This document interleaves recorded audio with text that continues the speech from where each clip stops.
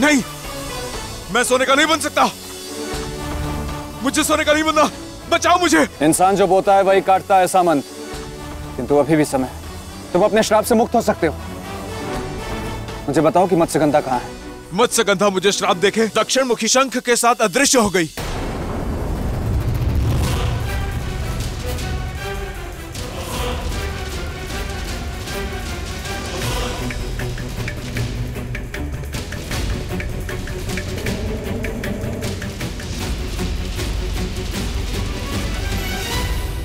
देवियों, कृपया बाहर आएं।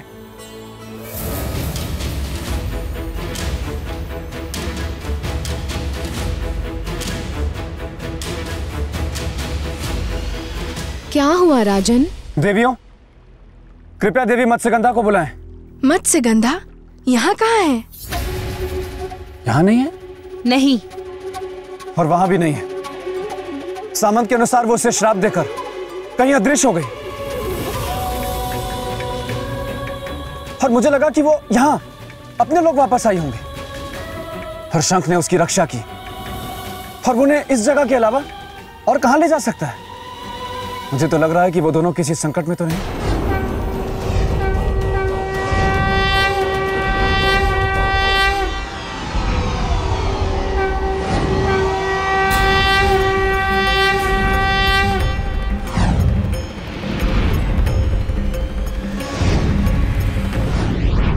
ये क्या? धरती लोक के सभी शंख कहां जा रहे हैं? देवियों, ये मैं क्या देख रहा हूं? ये तो सच में आश्चर्य की बात है मनुष्य। ये सारे शंख आकाश मार्ग से कहां जा रहे हैं? क्या पता, कहीं ऐसा तो नहीं कि देवी मत्स्यगंधा इन्हीं शंखों में से किसी एक में हो? बहन, आपकी शंका सही है, क्योंकि ये सारे शंख दक्षिण मुखी हैं। और ये सज्जन कह रहे थे कि हमारी राजकुमारी किसी दक्षिण मुखी शंख के साथ ही वहाँ से ओझल हुई थी। मनुष्य, हमें तो चिंता होने लगी, कहीं इन दोनों घटनाओं का आपस में कोई संबंध तो नहीं है। मैं इस रहस्य से पर्दा अवश्य उठाऊंगा। आप मेरी प्रतीक्षा करें, मैं शीघ्र वापस आऊंगा। जय महाकाल।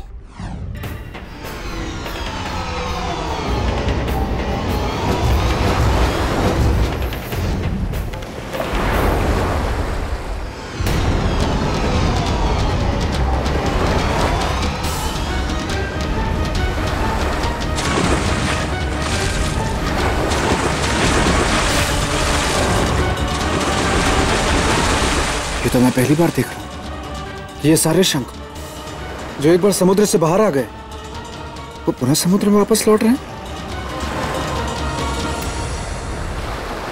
क्या कारण हो सकता है उनका इस प्रकार पृथ्वी से वापस लौटने का? कहीं कोई संबंध तो नहीं इनमें और देवी मत्स्यगंधा के अदृश्य होने? और एक इस भाव का संकेत है, शुभ का या अशुभ का? किससे पूछूं? हाँ, ऋषि मुनि बता सकते हैं, उन्हें इसका अर्थ अवश्य ज्ञात होगा। मुझे उनके पास चलना चाहिए अपनी इस समस्या को लेकर।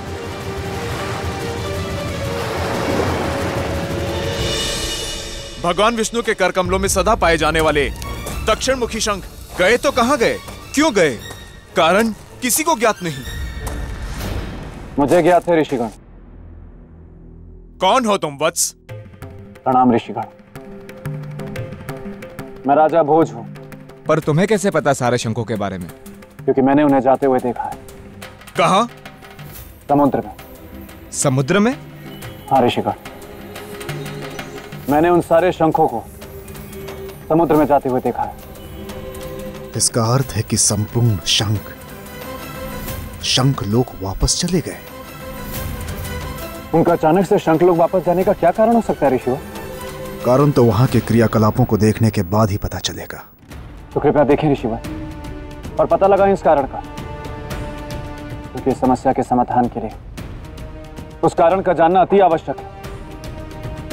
तुम्हारा कथन उचित है।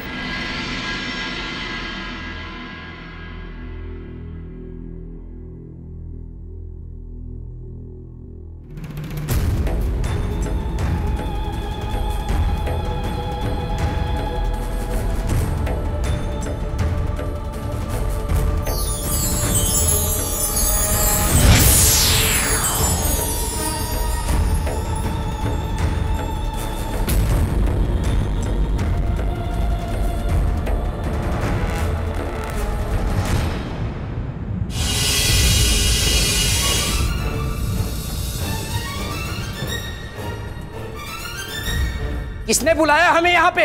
कौन है वो जो बलपूर्वक हमें यहाँ खींच कर ले आया है?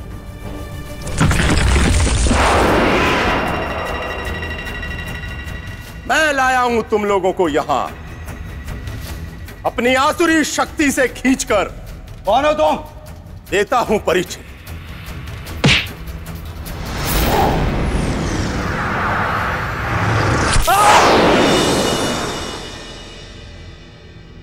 मृत्यु हूं मैं तुम लोगों की। शंखासुर नाम है मेरा।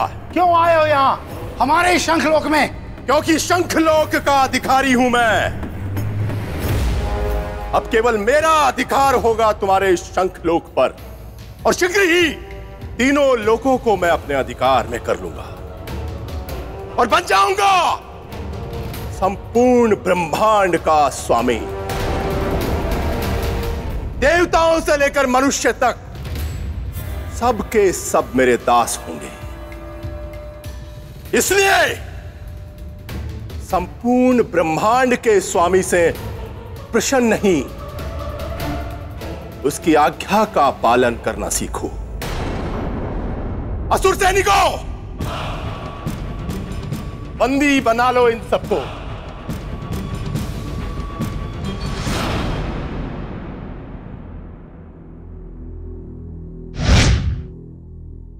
ऋषिवर, ये तो घोर अत्याचार है। शंखासुर ने तो शंखलोक पर अपना अधिकार जमा लिया और धर्म पर भी अपना अधिकार जमा लिया, और देवी मत्स्यगंधा का भी जीवन संकट में है। मत्स्यगंधा का जीवन? हाँ ऋषिवर, जब तांत्रिक ने सामंत को देवी मत्स्यगंधा का आंसू लाने को कहा, तब देवी मत्स्यगंधा ने सामंत को श्राप दे दिया, और तब तांत्रिक के क्रोध से बचने के लिए दक्षिण मुखी शंख ने उन्हें अपने अंदर संभाल लिया। इसलिए मुझे पूर्ण विश्वास है ऋषिवर कि देवी मत्स्यगंधा भी दक्षिण मुखी शंख के साथ ही हूं। धर्म और जीवन को हानि पहुंचाना तो असुरों का स्वभाव होता है, किंतु हमें इस अधर्म को साथ मिलकर रोकना होगा ऋषिवर, नहीं तो बहुत बड़ी हानि हो जाएगी। ना सोना बने लोगों का जीवन बचेगा, और न धर्म और पवित्रता के प्रतीक शंखों का। आपका विचार उत्तम है वत्स, किंतु समस्या यह है कि उसे रोका कैसे जाए, क्योंकि वो यहां नहीं है, शंखलोक में है। तो क्या हुआ ऋषिवर, मैं जाऊंगा शंखलोक, मैं रोकूंगा उससे। परंतु कैसे जाओगे शंखलोक? शंखलोक तो समुद्र की अथाह गहराई में है, जहां किसी भी मनुष्य का जाना संभव नहीं है। जहां तक मैं जानता हूं ऋषिवर, इस संसार में कुछ भी असंभव नहीं। बस अपने लक्ष्य को पाने की सच्ची लगन होनी चाहिए, और यदि मनुष्य निस्वार्थ भावना और सच्चे लगन से अपने लक्ष्य की ओर काम करता है, तो सारी सृष्टि भी उसकी सहायता में लग जाती। तुम्हारा यह संकल्प देखकर यह सिद्ध हो रहा है कि सफलता तुम्हारी निश्चित ही दासी होगी। यदि आपको ऐसा लगता है ऋषिवर, तो कृपा करके मुझे मार्ग दिखाएं। शंखलोक जाने का एक ही उपाय है, जलकुंभी विद्या को सीखना। बिना जलकुंभी विद्या को सीखे कोई भी मनुष्य शंखलोक नहीं जा सकता। तो मैं सीखूंगा ऋषिवर, धर्म की रक्षा के लिए और अपने वचन की रक्षा करने के लिए मैं जलकुंभी विद्या अवश्य सीखूंगा।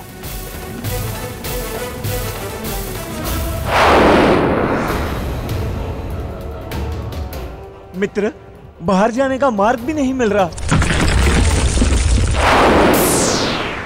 और अब मिलेगा भी नहीं। तुम सब यहीं मेरे बंदी बनकर रहोगे सदा सदा के लिए, और धीरे धीरे मैं तुम सबको नष्ट करूंगा और अकेला इस शंखलोक का अधिकारी बन जाऊंगा। राज करूंगा मैं इस शंखलोक पर, अकेला स्वामी बनकर। राजन! मान बेटा, आप यहाँ? हाँ राजन, मैं। और देखिए मुझे घबराहट के कारण कितनी कपकपी हो रही है। आप तो कांपते हुए दिख नहीं रहे। कपकपी अंदरूनी है ना, इसीलिए आपको दिखाई नहीं पड़ रही, पर हो रही है। पर आपकी घबराहट का कारण क्या है? आपकी वजह से मैं चिंतित हूँ। मेरी वजह से? राजन, आप जिस कार्य को करने के लिए जा रहे हैं ना, उससे आप बहुत बड़ी मुसीबत में फंस सकते हैं। इसलिए अभी भी समय है, वापस लौट चलिए। तो फिर परोपकार की परीक्षा का क्या होगा? अरे भूल जाइए परीक्षा वरीक्षा। और सिंहासन? भूल जाइए सिंहासन विंहासन। और श्रीमान बेताल आप? अरे भूल जाइए बेताल वेताल। मेरा मतलब है कि देखिए राजन, जब प्राण ही नहीं रहेंगे तो फिर आप सिंहासन का क्या करेंगे?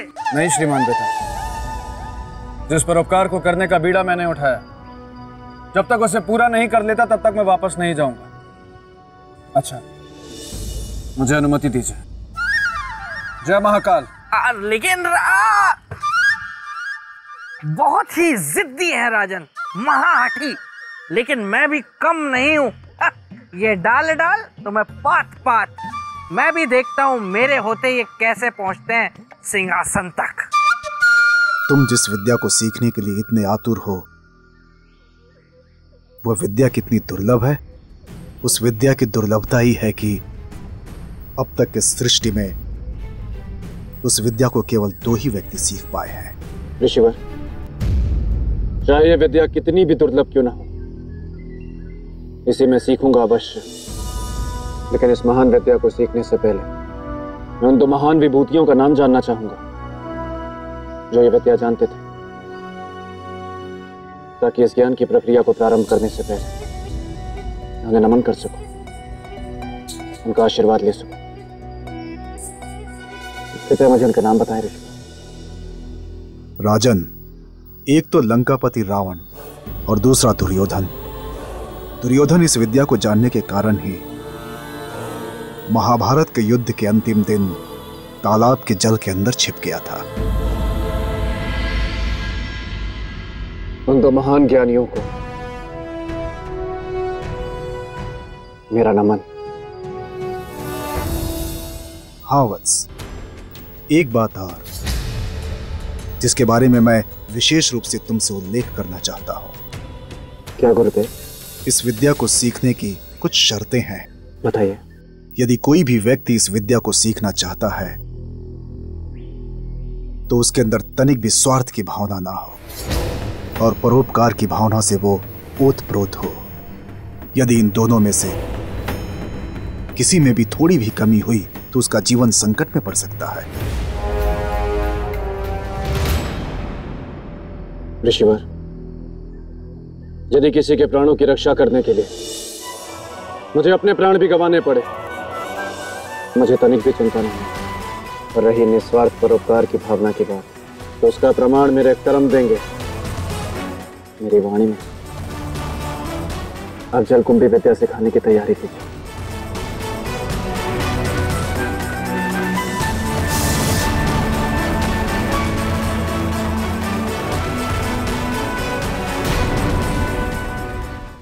What?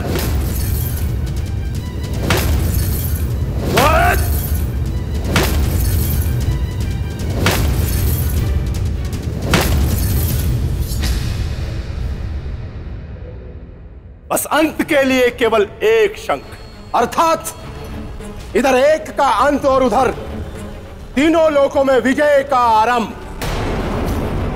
शंख तुम्हारे समाप्त होते ही शंकासुर पाताल लोक का स्वामी बन जाएगा।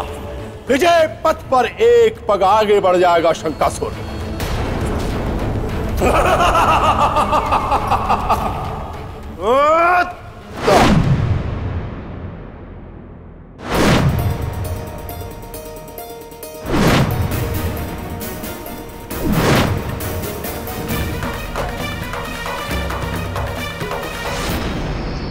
मैं तुम्हें इस विद्या के बारे में विशेष रूप से समझाऊंगा। जलकुंभी विद्या एक योग क्रिया है, जल में विद्यमान प्राणवायु को ग्रहण करने की क्रिया। इस क्रिया से तुम्हें अपने मस्तिष्क को इतना जागृत और सचेत करना है कि तुम्हारा आदेश पाते ही जल में विद्यमान केवल प्राणवायु को ग्रहण करना शुरू कर दे। इसीलिए ध्यान को एकाग्रचित रखना अनिवार्य है। और उसके बाद उसके बाद तुम्हें स्वयं इस बात की अनुभूति होगी कि तुम्हारे मस्तिष्क की समस्त शक्तियां एकत्रित होकर तुम्हारे आदेश का पालन कर रही हैं और तुम प्राण वायु को ग्रहण करने में सफल हो रहे हो। एक बात का ध्यान रहे, तुम्हारा आदेश जितना ही दृढ़ होगा, तुम्हारी आज्ञा का पालन उतना ही शीघ्र होगा। इसलिए अपने ध्यान को एकाग्रचित करना अति आवश्यक है। समझ गया ऋषिवर, जैसा आपने कहा है वैसा ही होगा। तो ठीक है, जल में प्रवेश करो।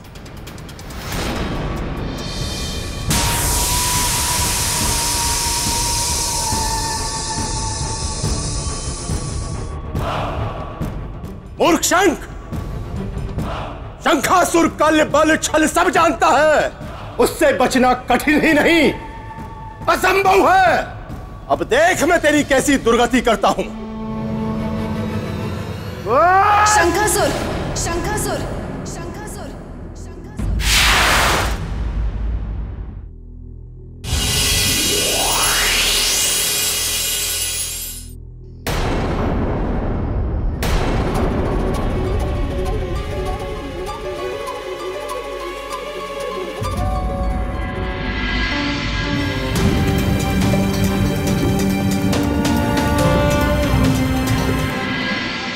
तुम्हारी सुंदरता का जवाब नहीं है सुंदर। तुम्हारे इस मनमोहक रूप ने मुझे वश में कर लिया है। मैं सब कुछ हार गया तुम्हारी इस सुंदरता के आगे, सब कुछ।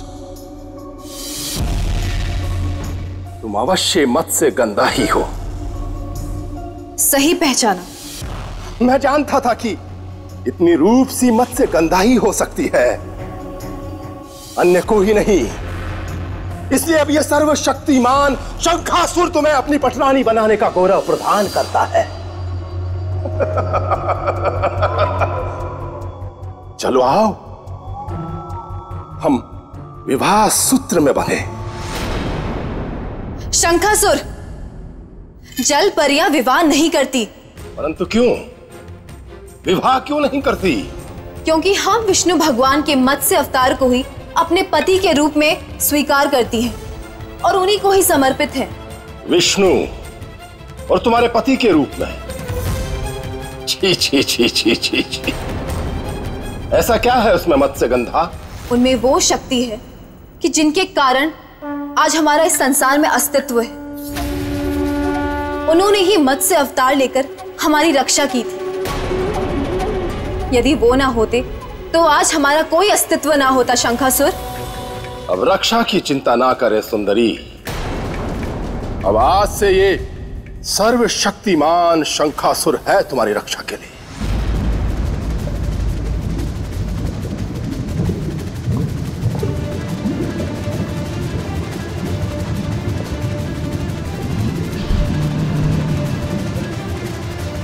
वत्स, इस विद्या को सीखने के लिए मेरे बताए निर्देशों के अनुसार इस योग को केंद्रित होकर साधना।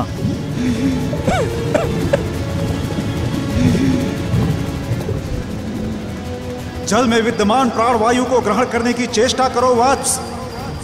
अपने ध्यान को केंद्रित करो।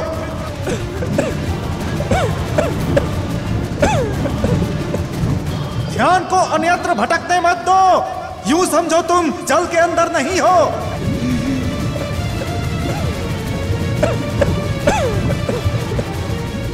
मेरी बात सुन रहे हो ना?